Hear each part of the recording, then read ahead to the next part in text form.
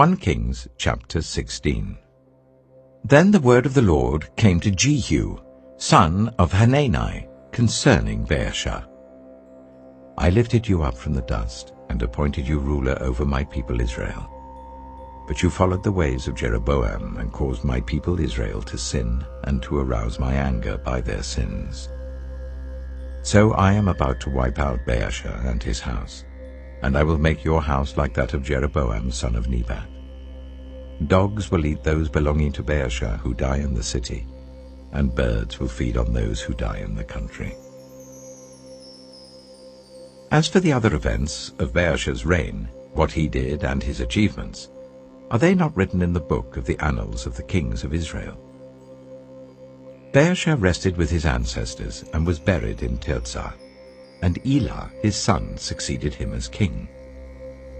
Moreover, the word of the Lord came through the prophet Jehu, son of Hanani, to Baasha and his house, because of all the evil he had done in the eyes of the Lord, arousing his anger by the things he did, becoming like the house of Jeroboam, and also because he destroyed it.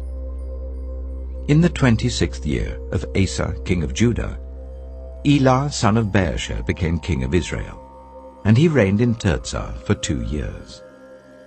Zimri, one of his officials, who had command of half his chariots, plotted against him. Elah was in Tirzah at the time, getting drunk in the home of Arza, the palace administrator at Tirzah. Zimri came in, struck him down, and killed him in the 27th year of Asa king of Judah. Then he succeeded him as king. As soon as he began to reign and was seated on the throne, he killed off Baasha's whole family. He did not spare a single male, whether relative or friend.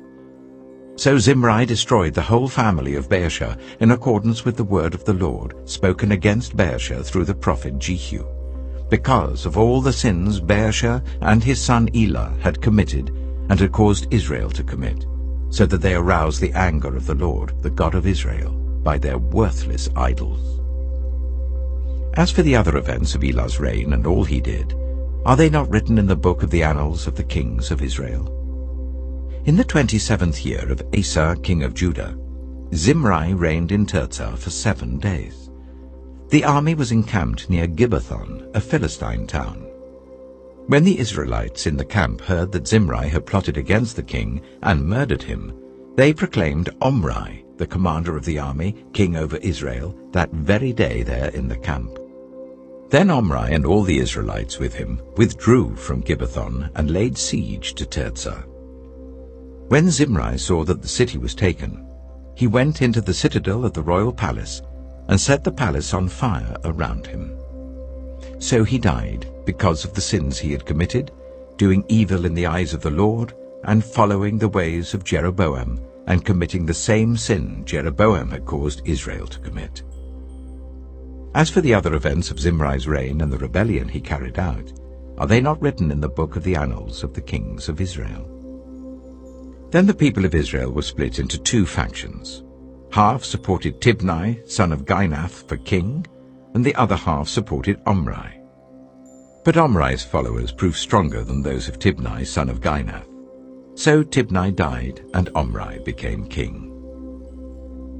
In the 31st year of Asa king of Judah, Omri became king of Israel, and he reigned for 12 years, 6 of them in Tirzah. He bought the hill of Samaria from Shema for 2 talents of silver, and built a city on the hill, calling it Samaria, after Shema, the name of the former owner of the hill.